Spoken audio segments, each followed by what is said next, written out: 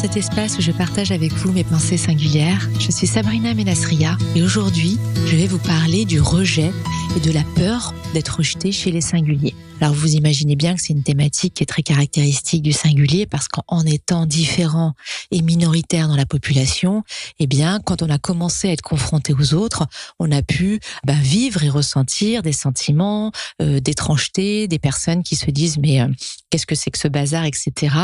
Et d'avoir pu développer cette impression qu'on est rejeté en permanence. Et on peut aussi l'avoir vécu personnellement, c'est-à-dire j'ai clairement été rejeté pour ma différence. Ce qu'on va évoquer aujourd'hui, c'est d'essayer de comprendre d'où ça vient, pourquoi ce rejet, et puis comment ça influence vos relations sociales par la suite en grandissant et en mûrissant. Et puis, comme toujours, je vais essayer de vous donner quelques petits conseils à droite à gauche pour vous éclairer et j'espère vous aider à dépasser cette peur qui est une blessure assez caractéristique de certaines personnes singulières. Alors d'où ça vient d'abord?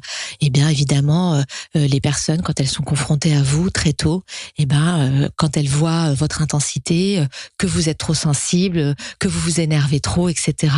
Eh bien, elles peuvent, certaines, avoir tendance à vous juger. Et vous savez très bien que, je le répète souvent, le jugement, c'est le juge qui ment. Ça c'est en langue des oiseaux. Et donc les gens ont tendance à projeter sur vous ce qu'ils ne comprennent pas en fait. Ils vous trouvent trop, ils vous reprochent d'être trop. À aucun moment, ils cherchent à comprendre pourquoi vous fonctionnez comme ça et puis d'où vous vient cette intensité-là. Eux, ils la prennent dans la figure quelque part, ils ne la comprennent pas et ils vous la renvoient à l'expéditeur en disant tu. Et je vous rappelle encore une fois que le tu. Donc quiconque vient vous voir et vous dit tu es trop ceci, tu es trop cela, ayez toujours en tête que ça, c'est la personne qui est concernée, c'est elle qui parle en son nom, c'est son effet miroir. Personne n'a le droit de vous juger, de vous dire tu es ceci, tu es cela. Je vous rappelle, le juge, il y a personne qui est sur terre pour venir juger votre personnalité. La seule chose qui est acceptable quelque part, c'est que la personne vous dise « Eh bien avec moi, quand tu fais ça, je ressens ça. Je te sens trop. J'ai l'impression de... » Et là, ça ramène à la personne. Et la personne, elle a fait un boulot déjà quand elle fait ça, c'est qu'elle vous renvoie quelque chose qu'elle a déjà digéré et qui est son ressenti. Et qui n'est pas le jugement, le juge qui ment, le juge qui est passé sur sa chaise et qui vous regarde et qui vous dit alors toi t'es un peu trop rouge, toi t'es trop vert, toi t'es pas assez ceci. Bon, qui sommes-nous individuellement pour juger les autres sur ce qu'ils sont? La seule chose qu'on peut faire, c'est dire non, moi ça me convient pas, moi je ressens ça, moi pour moi c'est trop, je peux pas gérer cette intensité. Peut-être, c'est tout à fait respectable dès l'instant que vous n'êtes pas jugé sur votre différence. Donc prenez vraiment cette information-là, c'est que ce que vous disent les gens et ce que vous ont dit les gens quand vous étiez peut-être probablement plus jeune, ça leur appartient, vraiment. Ça leur appartient. Et le problème, c'est que, ça a contribué à générer cette impression d'être rejeté parce que pas accepté par certaines personnes, parce que trop différent, trop ceci, trop cela. Vous savez, la caractéristique du singulier, c'est d'être trop. Et donc, comment, réagir par rapport à ça? Déjà, de prendre conscience que ça leur appartient, donc que ça ne vienne pas affecter votre confiance en vous, parce que quand on passe son temps à être jugé, finalement, on sait plus qui on est. On se dit, je ne suis pas assez bien, je suis trop, je ne devrais pas être ceci, puisque ça ne plaît pas aux autres. Non, vous avez tout à fait le droit d'être qui vous êtes. Faut prendre conscience aussi que votre comportement, vos réactions impactent votre environnement, a une incidence sur les autres. Typiquement, je prends l'exemple de la colère chez certains. Quand vous vous mettez en colère, vous envoyez une onde de choc auprès des personnes autour de vous qui n'est pas très agréable. On est d'accord que la colère, c'est pas l'harmonie.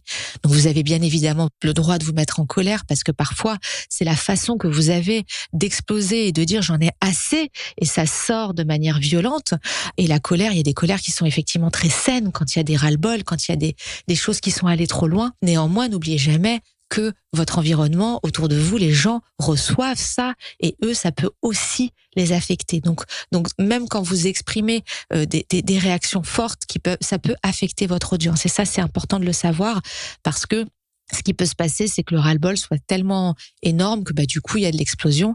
Et tout ça, ça vient de la difficulté, évidemment, à gérer ses émotions. Et donc, une des clés pour ça, c'est, et je le répète très souvent, et je sais que c'est pas évident de le faire, mais c'est la verbalisation, le fait de dire les choses. Et c'est très difficile quand on est singulier et surtout quand on est introverti. Parce que les singuliers qui sont extravertis, il y en a quelques-uns, peut-être que pour vous, parler, dire ce que vous ressentez, exploser, c'est très naturel parce que vous avez, dans l'interaction avec l'autre, vous vous exprimez et vous vous libérez et ça vous recharge. Donc, c'est beaucoup moins compliqué pour vous de parler de vos émotions, de dire les choses et que les autres, au contraire, sachent ce que vous ressentez. La difficulté, souvent, c'est que vous êtes un peu des shakers, donc vous pouvez faire mal aux autres quand vous êtes dans cette expression très très forte de vos émotions, parce que en étant extraverti, vous avez cette facilité à communiquer, mais vous avez aussi, et ça c'est quelque chose que j'ai observé, une peut-être inconscience de l'effet de votre parole sur les autres et de ce que vous faites et comment les gens le reçoivent. Et vous pouvez faire mal aussi, vous pouvez surprendre. Ce qui est sûr, c'est qu'au moins vous vous exprimez, donc vous existez, vous dites les choses. Et ça, c'est très important parce que ça contribue à votre affirmation. Et ça, ne renoncez jamais à ça. Ce qu'il faut peut-être ajouter quand vous êtes comme ça, c'est peut-être la conscience de l'impact de vos paroles sur les autres. Comment les autres peuvent être touchés par ce que vous dites. Et ça vous change un petit peu le curseur et ça peut vous permettre de réguler votre parole. Parce que la parole juste, c'est la juste parole qui parle de notre vérité et qui respecte l'autre. C'est ça la parole juste. Et quand on est trop dans les émotions qui sortent et qui s'expriment violemment, eh bien on est peut-être dans un trop-plein chez soi qui va à l'extérieur, mais on oublie qu'il y a quelqu'un qui reçoit derrière. Et ça, pour moi, dans la communication, ça se fait toujours à deux. Et quand on communique avec l'autre, intégrer l'autre dans la communication, c'est très important. Et c'est peut-être ce que, quand on est extraverti de nature, donc on peut avoir tendance à oublier. Et lorsque vous êtes introverti, c'est très différent, puisque vous avez ce réflexe d'avoir besoin de vous recharger, donc de vous isoler. Donc, vous allez avoir tendance à développer votre monde intérieur. Vous allez avoir tendance à avoir besoin de temps de digestion. Donc, il y a beaucoup de choses qui vont se passer à l'intérieur de vous. Donc, quand vous allez être confronté à ces jugements-là, à ces rejets-là, ce sentiment de rejet-là, il est probable que vous gardiez tout à l'intérieur et que vous réfléchissiez et que ça vous fasse aussi vous remettre en question sans que vous ayez besoin de verbaliser. Sans que vous verbalisiez. Et sauf que le problème, c'est que sans exprimer les choses, il se passe rien. Votre monde intérieur, c'est merveilleux, c'est très riche. Vous savez que c'est aussi une charge que vous vous imposez parce que tout reste à l'intérieur, donc vos émotions fortes. Si quelqu'un vous a dit mais t'es trop ceci, toi, mais laisse tomber, t'arrêtes pas de te prendre la tête, on comprend rien à ce que tu dis. Donc le juge, l'autre, je vous juge et ment. Eh bien vous, si vous n'avez pas ce réflexe, vous pouvez garder ça à l'intérieur de vous et vous dire et pourquoi cette personne elle me dit ça, mais est-ce que c'est vrai? Et puis après tout peut-être ceci, et puis ça va vous blesser, vous allez vous sentir rejeté, pas aimé, et tout ça va rester à l'intérieur. Et c'est bien le problème. Le problème, c'est que quand on a une émotion forte qui reste sclérosée en soi, eh bien généralement ça fait pas des bonnes choses. Je vais peut-être vous donner l'exemple de la pourriture, mais c'est un petit peu ça, c'est que ça finit par macérer. Et ça, le mental en plus s'excite, essaie de trouver des réponses. Et souvent, vous êtes pas bien, vous vous sentez mal et vous avez effectivement ce sentiment de rejet. Alors les personnes extraverties vont avoir ce sentiment de rejet parce que les autres vont réagir à leurs paroles ou alors vont carrément les fuir parce qu'elles vont se dire elle est tout le temps en train de se mettre en colère, j'ai même pas envie de parler avec elle. Donc en fait, ils vont se sentir rejetés par le comportement peut-être des autres, alors que si vous êtes un singulier plutôt introverti, vous allez avoir tendance à vous sentir rejeté par défaut et à intégrer ça en vous. Et donc, évidemment, le processus, c'est le processus de la communication juste pour sortir de ça et surtout vous faire verbaliser ça, c'est de dire à l'autre, voilà comment je fonctionne. Donc, vous rappelez que ça n'engage, ce que vous dit l'autre n'engage que lui, que ça ne vienne pas remettre en question votre confiance en vous. Ça, c'est très important. Et puis, si vous avez envie de faire évoluer la relation et la communication avec la personne en question, c'est de lui expliquer et de verbaliser comment vous fonctionnez, que vous pouvez peut-être comprendre qu'elle vous trouve trop ceci, trop cela, mais que c'est votre intensité et que vous peut-être vous essayez de la réguler et que vous fonctionnez comme ça. et aussi, un autre point, c'est poser une question ou deux en disant: «Mais en quoi ça t'affecte, moi, mon comportement, ma façon d'être? Est-ce que ma façon d'être te gêne?» Et la personne, elle réagira, vous verrez. Vous verrez comment la personne, elle va prendre ça. Parce que si vous avez quelqu'un qui a envie de faire évoluer la relation, c'est une personne qui va vous écouter, et c'est une personne, parce que vous avez réussi à verbaliser, que vous n'avez pas été dans l'implosion. Souvent, les personnes introverties, on dit qu'elles implosent, et on dit souvent que ce sont des personnes qui sont calmes parce qu'elles intériorisent, elles prennent, elles analysent, mais quand elles explosent, c'est Hiroshima, il faut se cacher. Donc souvent on dit il ou elle est calme, mais quand il explose, barrez-vous tous, quoi. Donc ayez ça en tête. C'est dommage d'en arriver là, parce que là ça veut dire que la coupe, elle a été trop pleine et vous avez trop pris sur vous. Et puis il y a le mécanisme de régulation naturelle, c'est quand c'est trop, et puis il faut que ça pète, quoi. Mais si vous avez cette personne en face de vous, où vous parvenez à dire 2-3 mots de votre mode de fonctionnement, en supposant que vous l'ayez aussi compris, mais si vous écoutez ce podcast, je pense que vous avez compris que vous êtes une personne intense et que vous avez ça en vous, et que votre enjeu principal, c'est de réguler cette intensité, y compris l'empathie. Eh bien, vous pouvez interagir avec la personne et puis lui exposer votre mode de fonctionnement. Et sincèrement, là, vous allez voir comment la personne réagit. Vous allez avoir des personnes qui vont être ouvertes, qui vont dire tiens, ah ouais, j'avais pas compris ça, ok, etc. C'est des personnes qui généralement vous apprécient, sont ouvertes à la communication et sont ouvertes à intégrer votre façon d'être dans la relation. Et puis vous allez avoir des personnes qui n'ont rien à cirer de ce que vous allez leur dire, qui vont dire ah ouais, super, enfin en même temps t'es comme si, le juge continue de mentir. Et là, ça veut dire qu'il n'y a pas de communication, il n'y a pas d'échange. La personne, elle a son jugement et elle vous envoie le compte-rendu du juge en vous disant voilà le jugement du procès, tu es à charge, etc. Donc là, moi, ce que je vous conseille, toujours, on n'est pas là pour, quand on communique, on a tendance à essayer de faire en sorte que la relation, l'échange se passe dans les deux sens et que ça permette de faire évoluer chacun. Une personne qui est campée sur vos positions et qui est juste en train de vous juger de son point de vue à elle, en supposant que cette personne-là, elle détienne la vérité universelle, ce qui est évidemment impossible, eh bien, moi, je vous conseille de passer votre chemin et de pas vous épuiser à communiquer avec des personnes comme ça, parce que elles vont vous continuer à vous piquer, elles vont continuer à essayer de vous faire perdre confiance en vous. Elles sont généralement dans leur ego à elles, c'est-à-dire moi j'ai tout compris et c'est toi le mauvais, c'est toi le méchant. Il y a rien à en tirer. Je suis assez désolée de dire ça. Je sais que j'aime pas. Il y a pas de fatalité dans la nature humaine, évidemment. C'est des personnes qui peuvent évoluer, mais en l'état, compte tenu des circonstances, qui est-ce que j'arrive à communiquer et à ne pas supporter ce rejet de l'autre, vous avez le droit aussi de prendre vos dispositions, et moi je vous conseille de vous éloigner. Ça veut pas dire couper toujours, On n'est pas toujours dans le blanc ou le noir. Ça peut être de dire écoute, quand tu auras un petit peu évolué, on reparlera, mais pour l'instant, je pense qu'on peut pas se comprendre, et ce que tu juges de moi t'appartient. C'est pas moi, c'est toi qui vois ça comme ça. Et ça va vous permettre d'aller reprendre confiance en vous aussi, et de renvoyer à l'expéditeur cette sensation de rejet qui lui appartient. Et plus vous vous positionnerez dans qui vous êtes, plus vous parviendrez à verbaliser votre mode de fonctionnement, et vous verrez, moins vous serez rejeté, parce que vous allez créer des passerelles avec les autres. Vous allez considérer l'autre dans la relation. Donc vous allez trier ceux qui sont pas ouverts à ça, que votre intensité gêne, parce qu'il y a des gens que votre intensité gêne, il faut bien l'intégrer. Il y a des gens qui ne supportent pas, par exemple, que vous compreniez hyper vite, que vous soyez autonome, que vous soyez indépendant, que vous ayez réponse à tout. Ça les agace. Et ils vont essayer de prendre le contrôle sur vous. Il y a des personnes comme ça, c'est pas la majorité évidemment, mais ça existe, il faut l'avoir, faut pas être naïf. La nature humaine, elle est très très variée. Il y a vraiment de tout. Donc il faut aussi intégrer cette possibilité-là qu'il y ait des personnes qui soient comme ça.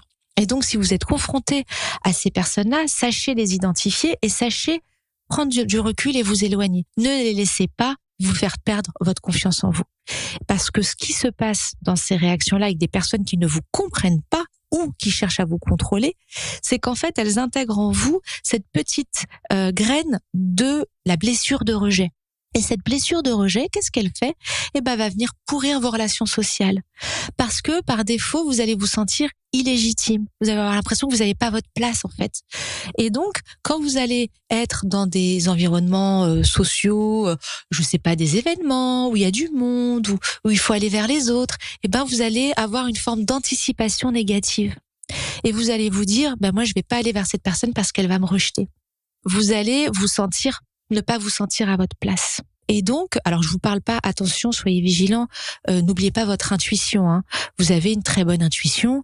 Donc s'il y a quelqu'un dans une audience ou dans un endroit que vous sentez pas, je vous dis pas allez vous faire mal et aller vers quelqu'un que vous sentez pas. Et là, il faut être vigilant entre l'intuition, cette personne-là, je sens que je peux pas interagir avec elle, ça vous le sentez, et puis le fait de dire non, je vais être rejeté, j'arrive, les gens vont pas me parler, les gens vont pas être avec moi parce que je suis pas sociable, parce que j'ai du mal à interagir avec les autres, etc. et parce que je suis incompris. Donc je préfère m'isoler. Et donc ça va nuire à vos relations sociales.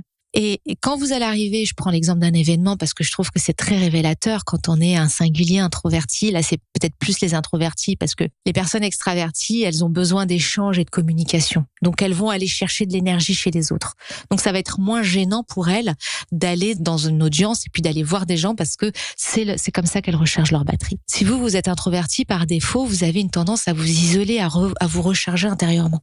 Et cet isolement, il peut contribuer à vous empêcher d'aller vers l'autre. Surtout si vous avez cette blessure de rejet que vous avez développée, par exemple, dans votre enfance, parce que vous avez été confronté à beaucoup de personnes qui étaient dans le jugement et qui vous ont jugé et qui vous ont rejeté. Vous allez avoir peut-être cette anticipation négative et cette appréhension vis-à-vis des relations sociales que vous pouvez susciter dans un contexte, par exemple, d'un événement.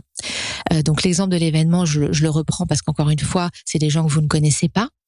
Donc là, votre intellect, il va mouliner, il va imaginer plein de théories. Cette personne-là, je suis pas assez bien pour elle. Si je vais voir cette personne-là, elle va pas m'accepter. Est-ce que je vais aller voir vers l'autre, elle va me rejeter. Le mental, il va carburer parce que ça, forcément, votre intellect, ça carbure, hein. Donc ça y va. Et vous allez vous dire, par défaut, quelque part, je vais être rejeté. Et qu'est-ce qui va se passer malheureusement? Vous n'allez pas oser aller voir les personnes. Vous n'allez pas oser vous ouvrir. Et ça, c'est vraiment dommage parce que ça vous bloque des opportunités. Et moi, la question que je peux vous poser et que vous pouvez vous poser quand vous êtes dans ce contexte-là, et je sais ce que c'est, hein, cette appréhension, cette anticipation négative des réactions des autres, je l'ai vécu moi-même et j'ai travaillé énormément dessus. Et moi, il y a un truc qui m'a aidé, c'est sincèrement, qu'est-ce que tu as à perdre? Franchement, quel est l'enjeu? Allez voir quelqu'un, la personne, déjà, faut y aller de manière ouverte parce que si vous allez voir quelqu'un avec de l'appréhension, la personne, elle va le sentir. Donc, elle va se dire qu'est-ce qu'il y a? La personne, elle n'est pas à l'aise. Pourquoi elle vient me voir? Donc, ça va biaiser un peu votre communication. Donc, quand vous allez vers quelqu'un, vous vous lancez. Je vous conseille, je sais que c'est pas facile, d'éteindre votre cerveau. C'est-à-dire que là, en fait, vous pensez à rien. Voilà, si vous arrivez à faire ça, vous allez vers les personnes, celle qui vous paraît la plus avenante, celle dont votre intuition vous dit ou le groupe. Quand vous allez voir un groupe, vous arrivez, vous dites bonjour, je m'appelle machin, et puis vous vous mettez un petit peu en retrait, puis vous écoutez. Ça, vous savez bien quand vous êtes introverti, écoutez. Mais l'acte d'y aller, vous vous lancez. Vous dites qu'est-ce que j'ai à perdre? Franchement, rien. Au pire, dans ce groupe-là, vous sentez que c'est malvenu, etc. Vous partez. Vous sentez que la conversation n'est pas très intéressante, que vous n'avez pas votre place. Vous partez. Vous trouvez une excuse polie, je vais me servir un verre, etc. Et puis vous quittez le groupe. Il n'y a aucun risque. Il n'y a aucun enjeu. Vous avez tout à gagner. Mais il y a que des choses à gagner. Sauf que la petite blessure de rejet, elle fait mal.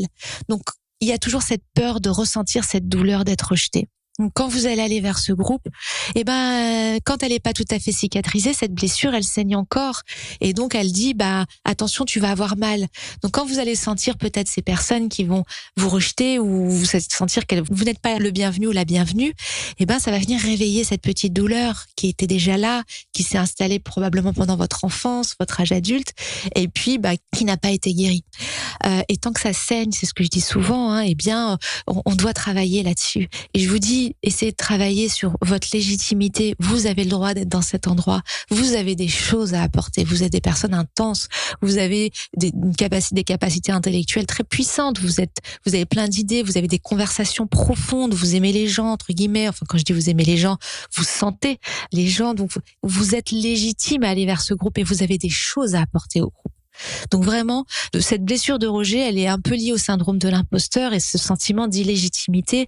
Je n'ai pas ma place dans ce groupe parce que vous avez été rejeté et c'est des mécanismes de défense très sains qu'on met en place pour se protéger. Quand on a mal, quand on a eu mal, eh bien, on a des mécanismes très puissants qui se mettent en place, qui ont comment je me protège de cette douleur et je fais en sorte de ne plus la ressentir. Mais le problème, c'est que parfois, on confond tout, c'est-à-dire que cette douleur, elle va nous empêcher de vivre, elle va nous empêcher d'interagir avec l'autre et d'aller chercher des connexions très intéressantes avec des personnes qu'on n'aurait pas soupçonnées. Et donc, qu'est-ce que j'ai à perdre ? Je vous assure, il n'y a rien à perdre. Donc, si vous pouvez faire ça, et puis vous faites ça une fois, vous y allez, vous savez, c'est comme dans la pièce de théâtre. Moi, j'aime beaucoup, vous avez remarqué cet exemple du théâtre. Vous savez, dans les films, quand il y a le timide, l'acteur timide qui est dans les coulisses, et puis il ose pas, il appréhende, il a peur que le public le rejette, il a peur d'être jugé, et puis le copain ou la copine propulse la personne sur scène, et là, il a pas le choix. C'est the show must go on, il faut assurer. Et donc là, le mental, il est éteint, il est plus dans le doute, il est plus dans je rumine, je vais me faire rejeter, etc. Il est dans oh purée, je suis exposé. Maintenant, je vais essayer de donner le meilleur de moi-même. Et donc, c'est un petit peu ça l'audace d'aller vers les autres, c'est de se dire j'ai rien à perdre, j'y vais, et au pire, je m'en vais. Vous n'êtes pas lié avec des menottes, il y a aucun risque là-dedans. Vous n'avez aucun risque, aucun danger. Et n'hésitez pas, soyez malpoli quelque part, c'est pas être malpoli. Si vous voyez que l'interaction ne vous nourrit pas, etc., vous partez. Vraiment, vous vous excusez, vous partez. J'ai vu plein de gens faire ça, prendre leur téléphone, partir, etc. C'est ok, on n'est pas obligé, on n'est pas tous liés par des menottes à parler pendant 12 heures avec la même personne. Voilà. Donc vraiment, ce point-là, pour moi, il est vraiment très important parce que c'est ce qui fait aussi, qui limite vos opportunités. Ce sentiment d'illégitimité, il vous isole et il limite vos interactions, il limite vos opportunités. Mais vous avez votre place. Vous avez votre place. Vous avez le droit d'être écouté et vous avez beaucoup à apporter. Et ça, c'est vraiment important. Et pour moi, c'est ce qui est fondamental. C'est que ne laissez pas ce sentiment de rejet qui est très légitime, encore une fois. Vous êtes minoritaire dans la population, votre mode de fonctionnement n'est pas compris, vous avez peut-être été jugé, rejeté pendant des années par vos proches même. Vous voyez, quand ça vient des proches, c'est encore plus puissant, plus puissant malheureusement, c'est plus profond, ça s'intègre de manière plus profonde dans nos modes de fonctionnement. Donc vous avez ce cumul de choses qui fait qu'aujourd'hui, vous êtes construit peut-être ce sentiment de ne pas être à votre place. Et ça, quand on est singulier, je pense qu'on a tous ressenti cette impression de ne pas être à sa place. Mais cette place, il faut que vous puissiez aller la prendre. Il faut pas que vous laissiez le fait d'avoir été différent, d'avoir été jugé, prendre le pas sur tout ce qui s'ouvre à vous, toutes les interactions que vous pouvez apporter et toutes les connexions que vous pouvez mettre en place. Moi, croyez-moi, c'est mon expérience personnelle. Je suis une personne très introvertie. Les gens pensent que je suis extravertie. Tout le monde est unanime là-dessus. Mais je ne le suis pas. Moi, j'ai besoin de me recharger, j'ai besoin de faire des pauses, je n'enchaîne jamais trop, j'ai toujours un temps de réflexion, de digestion. Si j'ai pas ça, je suis épuisée et vraiment ça m'affecte. Et par contre, j'ai travaillé sur cette peur du rejet. J'ai beaucoup travaillé sur mon rapport aux autres et je m'en fous en fait d'être rejetée parce que je me sens légitime à aller vers les autres aujourd'hui. Donc si les autres, ça prend pas, c'est pas grave. Il y aura d'autres personnes, c'est ok. Il n'y a pas d'enjeu en fait. Et croyez-moi, quand vous êtes comme ça, vous créez des opportunités, des interactions extrêmement vertueuses. Vous allez, encore hier, je croisais une jeune femme dans un cocktail, elle était à côté de moi, et donc j'ai entamé la conversation, chose que je n'aurais jamais fait il y a 10 ans évidemment. Et donc je lui ai dit bonjour, je m'appelle Sabrina. Je la trouvais avenante, elle avait un sourire qui me plaisait, et je me suis dit tiens, elle doit être intéressante cette fille. Et on a discuté pendant 1h30. Il s'avérait que c'était une femme extrêmement singulière, extrêmement intense, etc. Vous voyez, si j'étais restée un peu dans mon mode de fonctionnement il y a 10 ans, j'aurais jamais eu le plaisir de rencontrer cette femme. Donc c'est vraiment sortir un petit peu de soi, se faire un peu violence, sortir de sa zone de confort, son petit monde intérieur où on est confort, où on gère tout, où cette blessure de rejet, elle va pas se raviver, pour aller vers l'autre, pour aller vers les autres et faire le tri. Et croyez-moi, et moi c'est vraiment ce point-là qui je pense est important et que je voudrais partager avec vous. Quand vous commencez à guérir ça, ce que la société quelque part vous a, comment la société vous a peut-être stigmatisé et vous a empêché d'être vous-même, eh bien c'est en travaillant et en guérissant sur cette blessure que vous pourrez vraiment prendre votre place. Parce que le but de tout ce que je fais et de mes podcasts, c'est de vous aider de manière, très humble, en tout cas avec ce que je peux vous apporter, à prendre votre place. Parce que tant que vous êtes dans ce sentiment de rejet, vous bloquez votre créativité et tout ce que vous avez, votre richesse intérieure, elle va pas communiquer, elle va pas circuler. Et moi, vous savez qu'à titre personnel, je m'engage énormément pour que vous puissiez prendre votre place et que votre talent, votre profondeur d'analyse, votre créativité, serve les autres, le monde, et qu'elle reste pas dans votre tête. Et donc, je vous encourage vraiment à dépasser ça. Et j'espère, en tout cas, que ces quelques mots vous auront apporté des éclairages. Et puis, comme je le dis à chaque fois, ce que je dis n'est pas une science exacte, parce que chacun est différent, chaque personne est différente. Donc, n'oubliez pas que la nature humaine n'est pas une science exacte, que chaque individu est unique. Et donc, s'il vous plaît, ne gardez que ce qui fait sens pour vous et jetez à la poubelle ce qui ne vous parle pas. À bientôt pour de nouvelles pensées singulières.